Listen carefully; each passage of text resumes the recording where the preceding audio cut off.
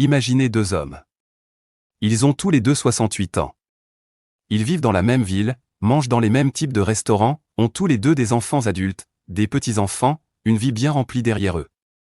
L'un d'eux se lève chaque matin avec de l'énergie. Il jardine, marche, rit facilement, dort profondément. Il ne prend presque aucun médicament. Son médecin, à chaque consultation, est agréablement surpris par ses résultats. L'autre homme se fatigue rapidement. Il traîne les jambes. Il oublie des mots au milieu d'une phrase. Il dort mal, se réveille courbaturé, et passe ses matinées à récupérer d'une nuit qui n'a pas été réparatrice.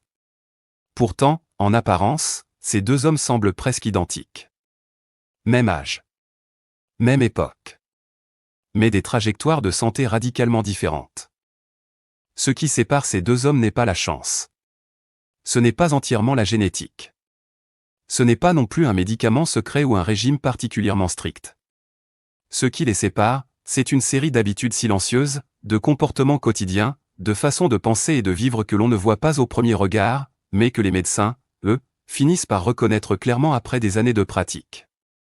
Au fil de ma carrière, j'ai eu l'occasion d'observer des centaines de patients âgés de plus de 60 ans. Et parmi eux, certains m'ont profondément impressionné. Des hommes et des femmes qui, à 80, 85 ou même 90 ans, conservaient une clarté d'esprit remarquable, une mobilité fonctionnelle, une vitalité qui contrastait fortement avec ce que beaucoup considèrent comme inévitable à cet âge. J'ai commencé à me demander ce qui les rendait différents. Qu'est-ce que ces personnes faisaient, ou ne faisaient pas, qui expliquait leur trajectoire si particulière? Dans ce qui suit, je vais vous partager ce que j'ai observé. Non pas sous forme de recette miracle, mais comme le témoignage honnête et documenté d'un médecin qui a passé des décennies à soigner des adultes vieillissants. Vous allez découvrir les signes distinctifs que les praticiens remarquent chez les seniors qui atteignent un grand âge en bonne santé. Certains de ces éléments vous surprendront. D'autres vous sembleront évidents, mais vous comprendrez peut-être pour la première fois pourquoi ils fonctionnent vraiment. Je suis médecin généraliste depuis plus de 30 ans, avec une orientation particulière vers la médecine gériatrique et le suivi des adultes de plus de 60 ans. Au cours de ma carrière, j'ai accompagné des patients jusqu'aux dernières années de leur vie, et j'ai aussi eu la chance d'être le médecin de personnes qui vieillissaient avec une grâce et une santé que beaucoup envieraient. Ces observations m'ont profondément marqué. Vieillir est un processus naturel et universel. Mais la manière dont on vieillit, la qualité de ces années, la présence ou l'absence de maladies chroniques invalidantes, la conservation ou la perte de l'autonomie, tout cela n'est pas entièrement fixé à l'avance. La science nous le dit de plus en plus clairement, environ 30% de notre longévité est déterminée par la génétique. Les 70% restants dépendent de nos comportements, de notre environnement, de nos relations, et de nos habitudes quotidiennes. Ce chiffre est à la fois rassurant et responsabilisant. Ce que je vais vous exposer maintenant, c'est le résultat de décennies d'observations cliniques, enrichies par la recherche médicale contemporaine sur le vieillissement réussi. La première chose que je remarque chez les seniors qui vieillissent bien, c'est leur rapport à l'activité physique. Non pas le sport intense ou compétitif, mais le mouvement régulier, modéré et constant. Ces personnes bougent. Pas nécessairement beaucoup, pas de manière spectaculaire, mais elles bougent chaque jour, presque sans exception. Un de mes patients, que j'appelle Raymond pour préserver sa confidentialité, avait 82 ans la dernière fois que je l'ai examiné. Il marchait 30 minutes par jour depuis l'âge de 50 ans. Jamais plus, rarement moins. Il ne courait pas. Il ne faisait pas de musculation. Il marchait, simplement, en regardant les arbres ou en écoutant la radio dans ses écouteurs. Ses jambes étaient toujours solides. Son équilibre était stable. Sa densité osseuse, mesurée lors d'un bilan, était celle d'un homme de 60 ans. Pourquoi le mouvement régulier est-il si déterminant après 60 ans? Parce que le corps humain, à cet âge, commence à perdre progressivement de la masse musculaire, un processus que les médecins appellent la sarcopénie. Cette perte est silencieuse au début. Elle s'installe progressivement, environ 1 à 2% de masse musculaire par an après 60 ans, et elle a des conséquences directes sur la force, l'équilibre, la mobilité, mais aussi sur le métabolisme, la glycémie et même la santé cognitive. L'activité physique régulière est le seul moyen vraiment efficace de ralentir cette dégradation. Les seniors qui vivent longtemps et bien ont compris, souvent par instinct plus que par connaissance médicale, que rester en mouvement n'est pas une option. C'est une nécessité biologique. Et la bonne nouvelle, c'est qu'il n'est jamais trop tard pour commencer. des études ont démontré que même des personnes commençant un programme d'activité modéré à 70 ou 80 ans obtenaient des améliorations significatives de leur force, de leur équilibre et de leur qualité de vie générale. Le deuxième élément que j'observe systématiquement chez ces patients remarquables, c'est leur sommeil. Ils dorment bien. Pas forcément longtemps, mais profondément et régulièrement. Ils ont des horaires de coucher et de lever relativement stables. Ils ne sacrifient pas leur nuit pour des écrans ou des préoccupations qui pourraient attendre au lendemain. Madame Henriette, 87 ans, était une de ces patients qui me fascinait. Elle avait la vivacité intellectuelle d'une femme de 60 ans. Sa mémoire était précise, ses réparties rapides, son humeur stable. Quand je lui demandais son secret, elle souriait et disait simplement qu'elle avait toujours été une grande dormeuse. Elle se couchait à 22h et se levait à 6h30. Jamais de somnifère. Elle évitait le café après 14h, et elle ne consultait jamais son téléphone après le dîner. Le sommeil n'est pas simplement une période de repos passif. Pendant le sommeil profond, le cerveau active un système de nettoyage appelé le système lymphatique, qui élimine les déchets métaboliques accumulés pendant la journée, notamment les protéines bêta-amyloïdes associées à la maladie d'Alzheimer. Un sommeil chroniquement insuffisant ou fragmenté empêche ce processus de nettoyage de s'effectuer correctement. Sur des années, cela peut contribuer au déclin cognitif. Le sommeil agit aussi sur le système cardiovasculaire, le système immunitaire, la régulation hormonale et même le poids corporel. Les personnes qui dorment mal ont tendance à produire davantage de cortisol, l'hormone du stress, ce qui favorise l'inflammation chronique, un des grands ennemis du vieillissement réussi. Prendre soin de son sommeil à 60, 70 ou 80 ans, c'est investir directement dans la santé du cerveau, du cœur et de l'ensemble du corps. Le troisième signe distinctif que je remarque est plus subtil, mais tout aussi puissant. Les seniors qui vieillissent bien entretiennent des liens sociaux solides et chaleureux. Ils ont des personnes à qui parler, avec qui partager des repas, des préoccupations, des rires. Ils ne sont pas nécessairement entourés d'une foule, mais ils ne sont pas non plus isolés dans leur quotidien. L'isolement social est aujourd'hui reconnu par la communauté médicale comme un facteur de risque sérieux pour la santé. Des études de grande envergure ont montré que la solitude chronique augmente le risque de maladies cardiovasculaires, de déclin cognitif et de mortalité prématurée de manière comparable à des facteurs comme le tabagisme ou la sédentarité. Ce n'est pas simplement une question de confort émotionnel. C'est une question de biologie. Quand une personne a des interactions sociales régulières, son cerveau reste actif, stimulé, obligé de s'adapter, de répondre, de s'exprimer. Elle gère des émotions complexes, elle résout des problèmes relationnels, elle rit. Le rire lui-même a des effets physiologiques mesurables, il réduit les hormones de stress, améliore la circulation et renforce le système immunitaire. Un de mes patients les plus âgés, Monsieur Georges, 89 ans, jouait encore aux cartes 3 fois par semaine avec un groupe d'amis dont certains avaient plus de 80 ans eux aussi. Il me disait que ces soirées étaient ce qu'il attendait avec le plus d'impatience dans sa semaine. Ce lien social n'était pas accessoire à sa santé. Il en était, j'en suis convaincu, un des piliers fondamentaux. Le quatrième élément que j'observe chez les grands vieillisseurs, c'est leur alimentation. Non pas un régime particulier, ni une doctrine alimentaire stricte, mais une relation saine et équilibrée avec la nourriture. Ces personnes mangent varié, mangent des légumes, des légumineuses, des poissons, des fruits. Elles ne sautent pas de repas. Elles ne se privent pas excessivement, mais elles ne consomment pas non plus de grandes quantités d'aliments ultra transformés, de sucres ajoutés ou d'alcool.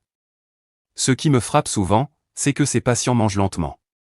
Ils prennent le temps de mâcher, de savourer. Ce comportement apparemment anodin a des effets concrets sur la digestion, la satiété et la glycémie. Manger lentement permet au cerveau de recevoir les signaux de satiété à temps, ce qui évite la suralimentation. Cela réduit aussi la charge glycémique postprandiale et améliore l'absorption des nutriments.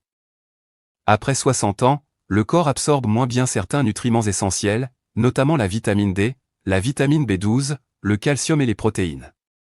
Les seniors qui vieillissent bien ont souvent une alimentation naturellement riche en ces éléments, ou ont été informés et ont adapté leur alimentation en conséquence. Ils consomment suffisamment de protéines pour préserver leur masse musculaire, suffisamment de graisses insaturées pour protéger leur cerveau et leur cœur, et suffisamment de fibres pour maintenir un microbiote intestinal sain, dont on connaît aujourd'hui l'importance capitale pour l'immunité et même la santé mentale. Le cinquième point, et celui-ci me touche particulièrement, c'est le rapport que ces seniors entretiennent avec leur propre santé. Ils sont acteurs de leur santé, pas simplement passifs.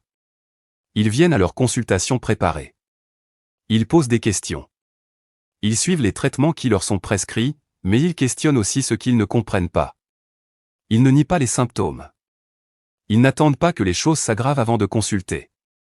Madame Colette, 81 ans, m'avait appelé un matin pour me signaler qu'elle avait remarqué un changement dans ses selles depuis quelques jours, accompagné d'une légère fatigue inhabituelle.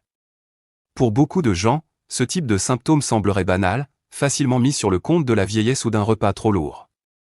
Madame Colette, elle, avait noté le changement, l'avait trouvé inhabituel, et avait consulté. Nous avons découvert un polype intestinal à un stade très précoce, traitable par endoscopie, sans chirurgie. Sa vigilance lui a peut-être sauvé la vie. Ce sens de l'observation de soi, cette habitude de se connaître suffisamment bien pour détecter une anomalie, est une compétence qui se développe avec les années mais qui doit être entretenue consciemment. Les médecins remarquent cette qualité chez leurs patients longévifs. Ce n'est pas de l'hypocondrie. C'est une forme d'intelligence corporelle. Le 6e signe est peut-être celui qui me surprend encore, même après toutes ces années. Les seniors qui vivent très longtemps ont, presque sans exception, un état d'esprit particulier face à l'adversité. Ils ne sont pas nécessairement optimistes de manière naïve. Ils ont traversé des deuils, des maladies, des épreuves. Mais ils ont une capacité de résilience, une façon de ne pas s'effondrer définitivement, de trouver un sens, un motif de continuer. La recherche scientifique sur ce sujet est aujourd'hui abondante. Les études sur les centenaires dans les zones bleues du monde, ces régions où la longévité est exceptionnelle comme la Sardaigne, Okinawa ou la péninsule de Nicoya au Costa Rica, montrent régulièrement que les habitants partagent une forme de sens donné à leur vie quotidienne. Ils ont ce que les Japonais appellent l'ikigai, une raison de se lever le matin. Cela peut être un jardin, des petits-enfants, un travail bénévole, une passion artistique. Peu importe la forme. L'essentiel est que quelque chose les tire vers l'avant. Sur le plan biologique, avoir un sens à sa vie réduit les niveaux de cortisol et d'inflammation, améliore la qualité du sommeil, favorise des comportements de santé positifs et semble même influencer la longueur des télomères, ces structures chromosomiques associées au vieillissement cellulaire. Le lien entre psychologie et biologie du vieillissement est profond, concret et de mieux en mieux documenté. Maintenant que j'ai partagé ces 6 observations essentielles, permettez-moi d'aller plus loin et de vous expliquer ce qui se passe au fond, dans le corps lui-même, pour comprendre pourquoi ces comportements font une telle différence. En vieillissant, le corps connaît une série de transformations physiologiques inévitables. Les artères deviennent progressivement moins élastiques, ce qui augmente la pression artérielle. Le pancréas répond moins efficacement à l'insuline, augmentant le risque de diabète de type 2. Les reins filtrent moins vite. Le foie métabolise les médicaments plus lentement. Les poumons perdent une partie de leur capacité d'échange gazeux.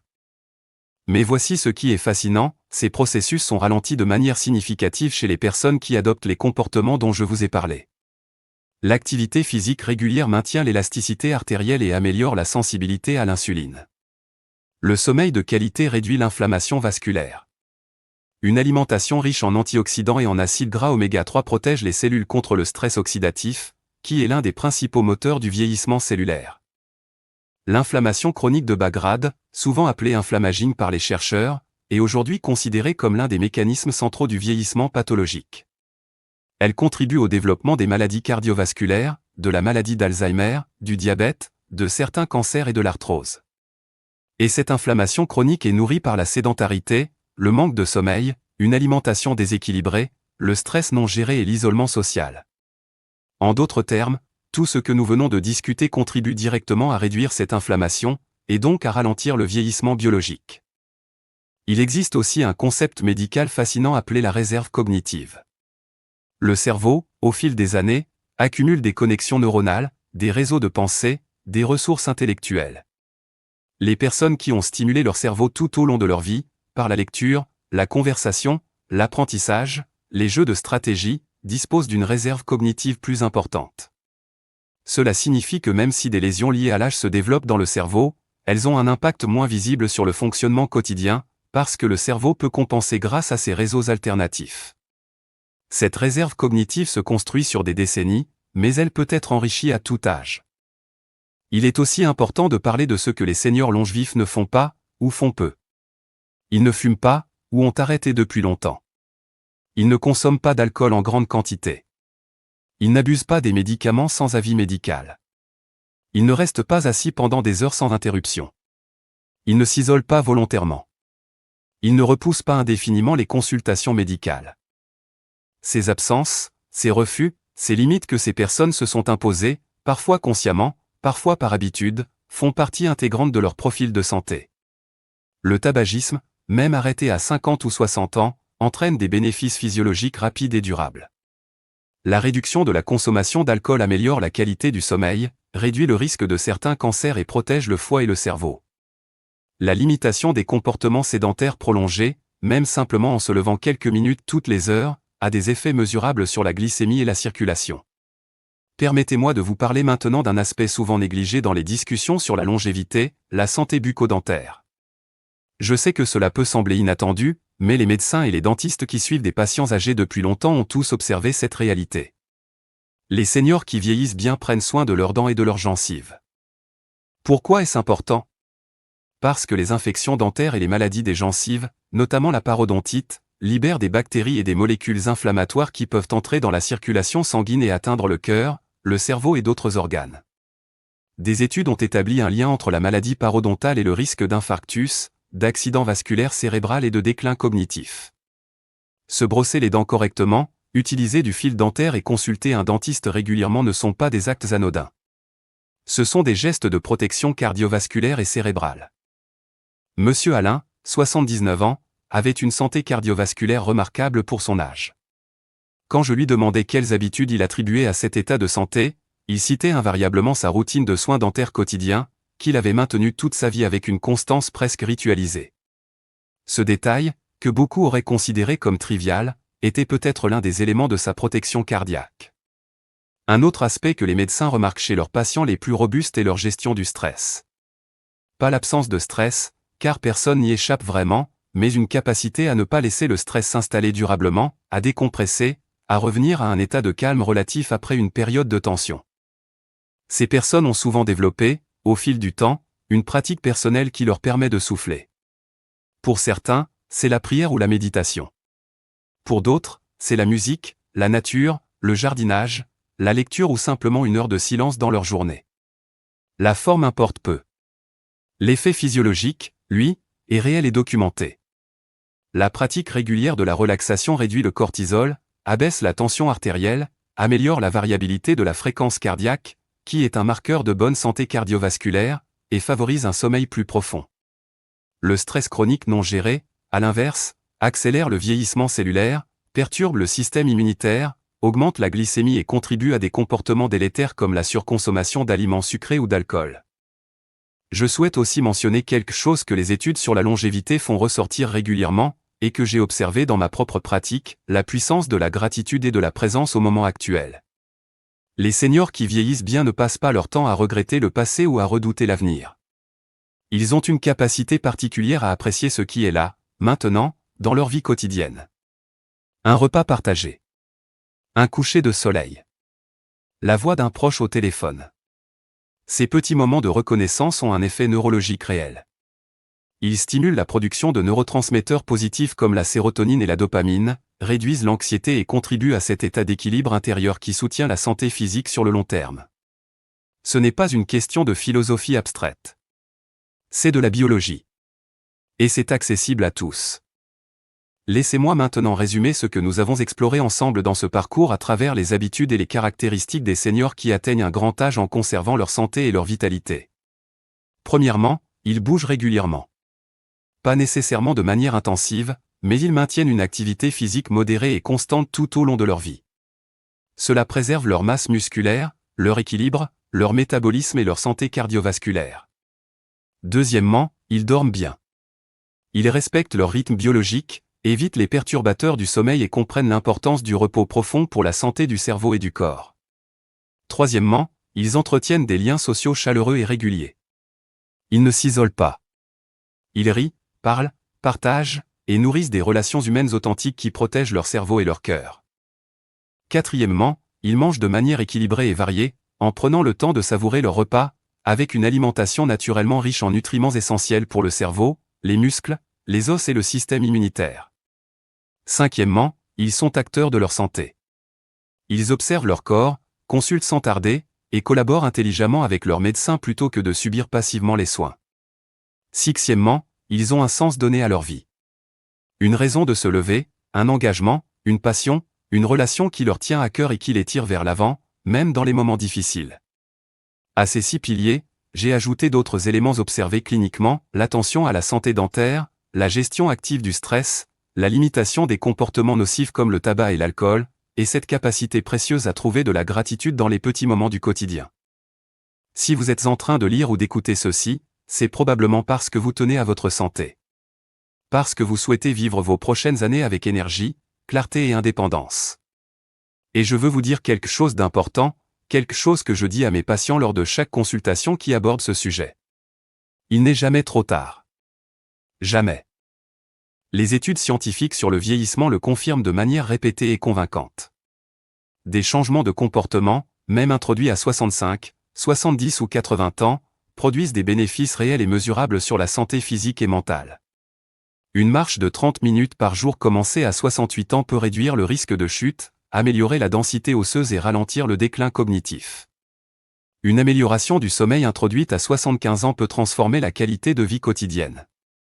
Un lien social retrouvé après des années d'isolement peut redonner littéralement le goût de vivre et affecter positivement de nombreux paramètres biologiques. Les personnes que j'ai évoquées tout au long de ce script ne sont pas des exceptions génétiques hors du commun. Certaines avaient des antécédents familiaux de maladies chroniques. Certaines avaient fumé pendant des années avant d'arrêter. Certaines avaient traversé des périodes difficiles de leur vie, des deuils, des maladies, des ruptures. Ce qui les a définies, ce n'est pas l'absence d'obstacles. C'est la façon dont elles ont navigué face à ces obstacles, les choix qu'elles ont faits ensuite, et la constance avec laquelle elles ont maintenu des habitudes qui soutiennent la vie. Vous avez la capacité de faire ces mêmes choix. Pas nécessairement tous à la fois, pas de manière parfaite, pas sans rechutes occasionnelles. Mais progressivement, un pas à la fois, avec la bienveillance que vous méritez envers vous-même. Commencez par ce qui vous semble accessible. Une marche. Un appel téléphonique à un ami. Un repas préparé avec soin. Une heure de sommeil supplémentaire. Un rendez-vous médical que vous repoussez depuis trop longtemps. Un moment de silence dans votre journée pour simplement respirer et observer. Ces gestes simples, répétés avec régularité, construisent quelque chose de profond et de durable. Ils construisent une santé qui résiste. Ils construisent une vie qui continue à avoir du sens, de la saveur et de la beauté, même à 80, 85 ou 90 ans. C'est ce que les médecins remarquent chez ceux qui vivent le plus longtemps. Et c'est ce que vous pouvez, à votre manière et à votre rythme, commencer à construire dès aujourd'hui.